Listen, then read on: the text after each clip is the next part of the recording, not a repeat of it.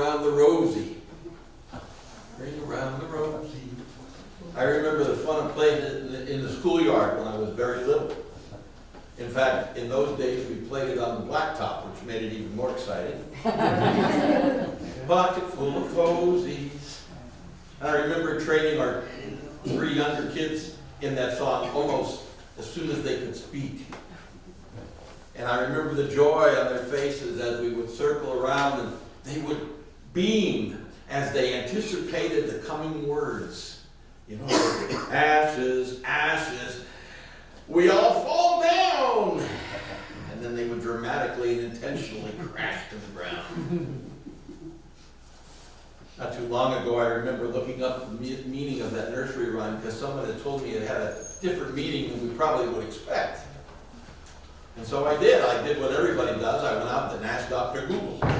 Google said, apparently the meaning, at least for many scholars, is that the rhyme was historically connected to the Black Plague in Europe.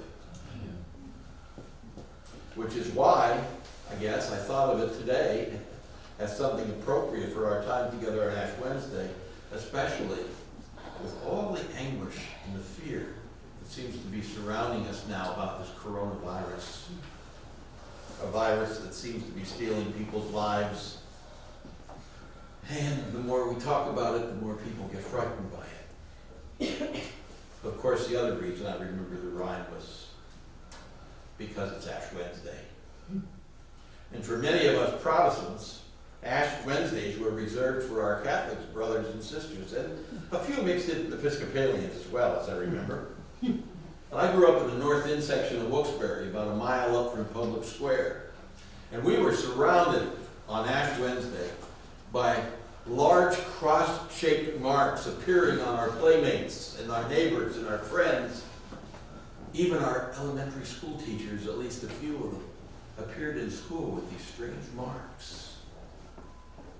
I asked my good playmate, young playmate, Maureen, who lived 2 doors down from us, why she had that dirt mark on her forehead. She said, I got it at church. It means I'm sorry. It means I trust Jesus. And then I have to give up something for Lent, like ice cream.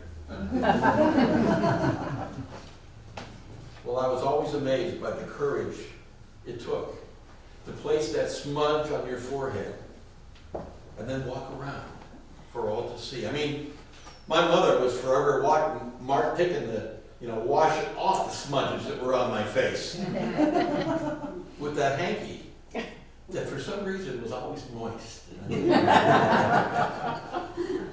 Oh, honey, our church doesn't do ashes, she said to me. Don't worry about it.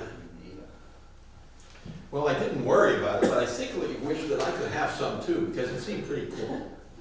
And I wanted people to let other people know that I believe in Jesus, and that I went to church too.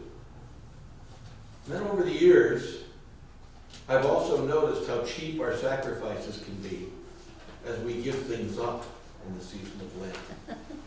As if we could equate the sacrifice of giving up Rocky Road ice cream and compare it to the Lord who chose to die upon the cross as being equal kinds of sacrifice. It was years later that we United Methodists discovered that ashes did not belong to one church or one tradition, but that just like the Hebrew people a long, long time ago, centuries before in fact, would put on sackcloth outfits, literally almost rags, and then smear ashes all over themselves to remind them about God, how God had made them out of the sod of the earth. And if it was not for God, we would not have life, but rather death. Ashes, ashes, we all fall down.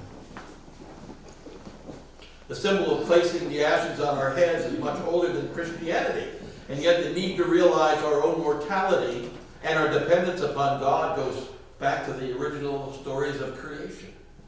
When God first fashioned Adam and Eve out of the dirt of the ground.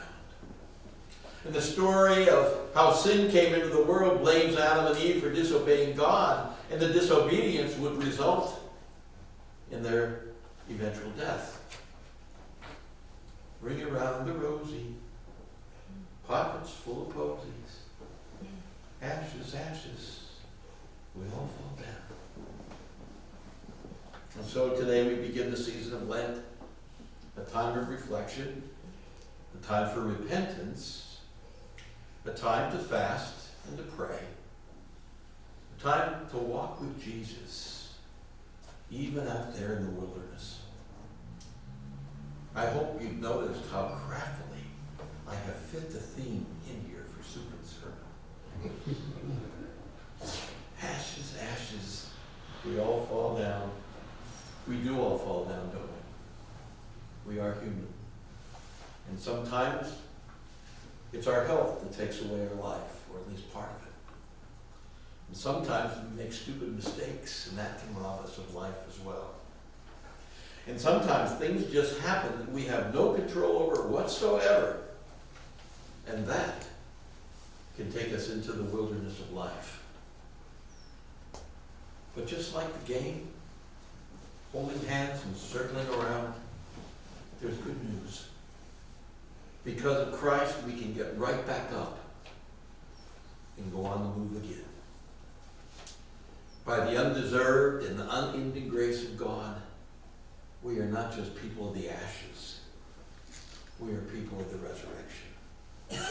We are people who raised up out of the ashes, even the ashes of mortality and death itself, into new life. And so today we begin our journey. And as we do, know that Christ walks with you, all of us.